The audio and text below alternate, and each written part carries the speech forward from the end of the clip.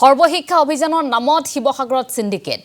বিদ্যালয়ৰ নিৰ্মাণ সামগ্ৰী নিৰ্দিষ্ট প্ৰতিষ্ঠানৰ পৰা ক্ৰয়ৰ নিৰ্দেশ আসাম হাৰ্ডৱেৰ লক্ষ্মী হাৰ্ডৱেৰ বাহিৰে আন কোনো প্ৰতিষ্ঠানৰ পৰা ক্ৰয় কৰিব নোৱাৰিব সামগ্ৰী নিৰ্দিষ্ট প্ৰতিষ্ঠানৰ পৰা সামগ্ৰী ক্ৰয়ৰ নিৰ্দেশ একাংশ কনিষ্ঠ অভিযন্তাৰ কেইবাজন ভেণ্ডৰকে প্ৰতি বছৰে নিবিদা অবিহনে দিয়ে কাম সমগ্ৰ কেলেংকাৰীক শিক্ষা বিভাগৰ একাংশ বিষয়ে জড়িত হৈ থকাৰ তথ্য ND24 বাতৰিৰ পাছতে শিৱসাগৰ শিক্ষা বিভাগত এতিয়া আলোড়ন সৃষ্টি হৈছে বাতৰি সম্প্ৰচাৰ পাছতে তৎপৰ হৈছে জিলা আয়ুক্ত আয়ুষ গাৰ্গ মিছন সমন্বয়ক মীনাক্ষী পেমেক জবাবদিহি কৰিছে আয়ুক্তই সংবাদ মাধ্যমৰ পৰা দুৰ্নীতিৰ তথ্য সংগ্ৰহ কৰিছে সহকাৰী জিলা আয়ুক্তই অচিৰেই ব্যৱস্থা গ্ৰহণৰ আশ্বাস প্ৰদান কৰিছে জিলা আয়ুক্তগৰাকী ND24 এই সন্দৰ্ভত সবিস্তাৰে বাতৰি সম্প্ৰচাৰ হৈছিল আমি আকৌ এবাৰ উল্লেখ কৰিছো আসাম হাৰ্ডৱেৰ লক্ষ্মী হাৰ্ডৱেৰ নিৰ্দিষ্ট কৰি দিয়া হৈছে এনে কেইখনমান প্ৰতিষ্ঠান যিবোৰ প্ৰতিষ্ঠানৰ পৰাহে কেৱল সামগ্ৰী ক্ৰয় কৰিব পাৰিব তেনে নিৰ্দেশনা কনিষ্ঠ অভিযন্তাৰ গতিকে এই ক্ষেত্ৰত বিভিন্ন অভিযোগ উত্থাপন হৈছে সৰ্বশিক্ষাৰ অভিযানৰ নামত শিৱসাগৰ যেন এক বৃহৎ সিন্ডিকেট চলিছে হি বিদ্যালয়ৰ নিৰ্মাণ সামগ্ৰী নিৰ্দিষ্ট প্ৰতিষ্ঠানৰ পৰা ক্ৰয়ৰ নিৰ্দেশ দিয়া হৈছে কিয় নিৰ্দিষ্ট কেইখনমান প্ৰতিষ্ঠানৰ পৰা সামগ্ৰী ক্ৰয় কৰিব লাগে এয়া এতিয়া প্ৰশ্ন আসাম হাৰ্ডৱেৰ লক্ষ্মী হাৰ্ডৱেৰ বাহিৰে আনৰ পৰা সামগ্ৰী ক্ৰয় কৰিব নোৱাৰিব তেনে নিৰ্দেশনা জাৰি কৰিছে অৰ্থাৎ সিন্ডিকেটৰ এটা বৃহৎ চক্ৰ কনিষ্ঠ অভিযন্তাই তেনে নিৰ্দেশনা জাৰি কৰিছে এই সন্দৰ্ভত আমি সবিশেষ জানিবলৈ চেষ্টা কৰিম আমাৰ উজনি অসমৰ ব্যুৰো চিফ কৌস্তৱমণি কাকতি আছে তেওঁৰ সৈতে আমি ফোনযোগে সংযোগ স্থাপন কৰিছো কৌস্তৱ এই মুহূৰ্তত মই আপোনাৰ কাষলৈ আহিছো ND24 বাতৰি সম্প্ৰচাৰ হোৱাৰ পাছতে আপুনি সেই বাতৰি সম্প্ৰচাৰ কৰাৰ পাছতে শিৱসাগৰ শিক্ষা বিভাগত এক প্ৰকাৰ আলোড়নৰ সৃষ্টি হৈছে এই সন্দৰ্ভত মই সবিশেষ জানিব বিচাৰিছো গোটেই চক্ৰটো উৎখাত কৰিবলৈ এতিয়া ব্যৱস্থা কেনেধৰণে গ্ৰহণ কৰা হ'ব সেই কথাখিনি জানিব বিচাৰিছো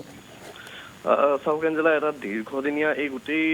দুৰ্নীতিৰ এটা সিন্ডিকেট আৰু এই সিন্ডিকেটটো আজি এবছৰ বা দুবছৰ নহয় আমাৰ হাতত যিমান দূৰ তথ্য আহিছে প্ৰায় 15 বছৰ ধৰি এনে এটা সিন্ডিকেট চলি আহিছে আৰু এই যেটো 15 বছৰীয়া সিন্ডিকেট এই 15 বছৰীয়া সিন্ডিকেটটো যেতিয়া আমি ফাদিল কৰিছো তাতে স্পষ্ট ৰূপত প্ৰকাশ পাইছে যে কেনেকৈ তেওঁলোকে মাত্ৰ এখন বা দুখন হাৰ্ডৱেৰ ষ্টৰৰ জৰিয়তে সমগ্ৰ সামগ্ৰীখিনি য'ত শিৱসাগৰ জিলাখনৰ যিকোনো প্ৰান্তত লাগিলে সেয়া অসম নাগালেণ্ড সীমান্তৱৰ্তী ঠাইতেই হওক বা য'তেই হওক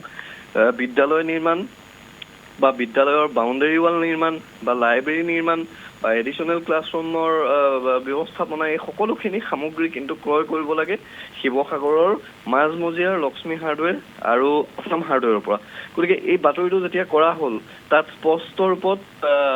এটা বিষয় ওলালে যে 4জনকৈ কনিষ্ঠ অভিযন্তা ইয়াত জড়িত হৈ থকাৰ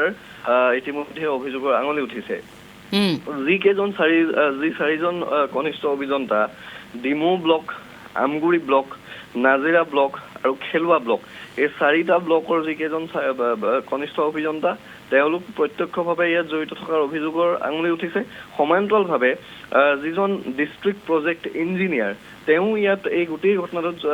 সাঙুৰি তেওঁলোকে তেওঁ যে জড়িত হৈ আছে তাৰো অভিযোগৰ আঙুলি তেওঁৰ বিৰুদ্ধে উঠিছে আৰু সেইবাবে যেতিয়া বাতৰিটো সম্প্ৰচাৰ হ'ল লগে লগে শিৱসাগৰ জিলা আয়ুক্ত আয়ুষ গাৰ্গে আমাৰ হাতত যিমান দূৰ তথ্য আছে যিগৰাকী মিছন সমন্বয়ক জিলা মিছন সমন্বয়ক মীনাক্ষী পেমেক তেওঁক তাৎক্ষণিকভাৱে আয়ুক্তৰ কাৰ্যালয়লৈ মাতি পঠিয়াই প্ৰায় 3 ঘণ্টা ধৰি তেওঁক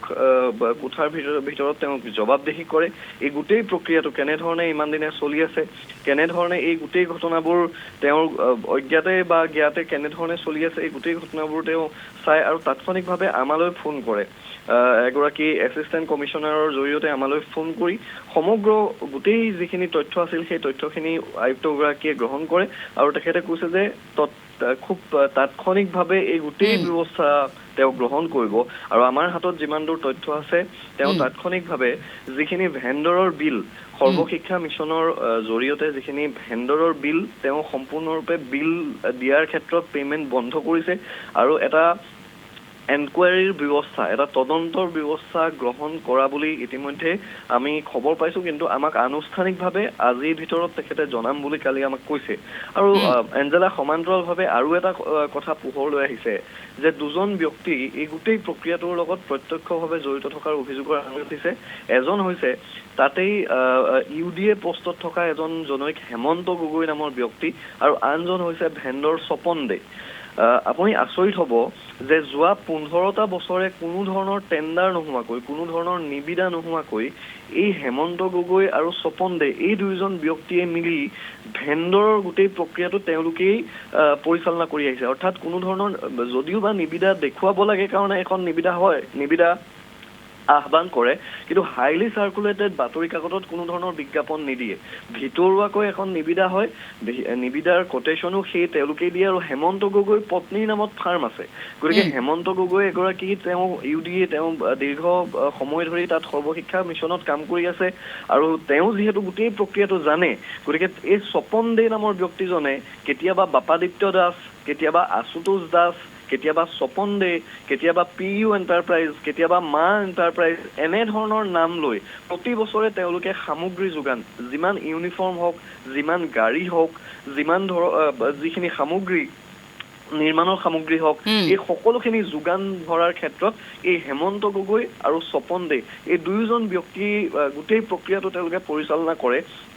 আৰু আটাইতকৈ ডাঙৰ কথা হৈছে যে যিগৰাকী হেমন্ত গগৈ নামৰ ব্যক্তিয়ে ইউডিএ পোষ্টত কাম কৰি আছে তেওঁ ইউডিএ পোষ্টৰ কাৰণে যিখিনি মিনিমাম অৰ্হতা লাগে যিখিনি অৰ্হতা তেওঁৰ সেই অৰ্হতা কিন্তু নাই কাৰণ 7 বছৰ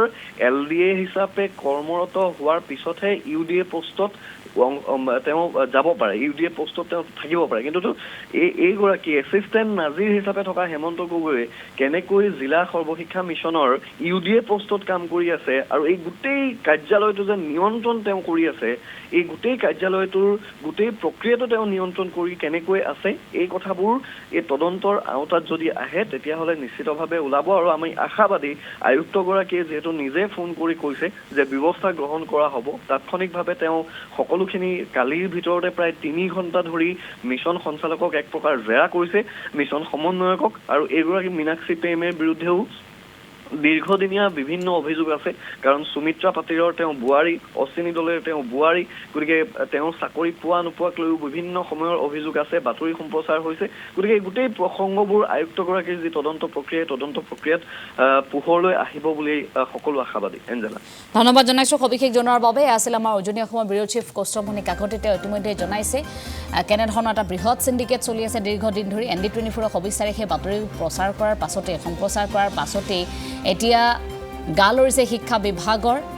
নিৰ্দিষ্ট কৰি দিয়া কেইখনমান প্ৰতিষ্ঠানতে কিয় আচলতে এনেধৰণে সামগ্ৰী ক্ৰয় কৰিবলৈ নিৰ্দেশনা জাৰি কৰি আহিছে এই সিন্ডিকেটটো সম্পূৰ্ণৰূপে উৎখাত কৰিবলৈ এতিয়া তৎপৰ হৈ পৰিছে কিন্তু ব্যৱস্থা পৰৱৰ্তী সময়ত কেনেধৰণে লোৱা হয় সেয়া লক্ষণীয় হ'ব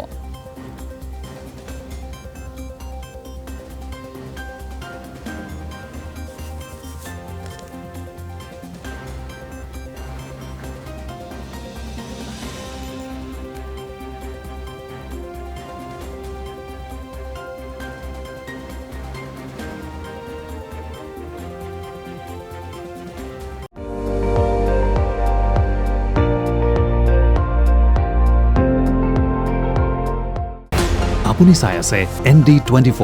সৰ্বশ্ৰেষ্ঠ নহয় সৰ্বোত্তমৰ দৌৰত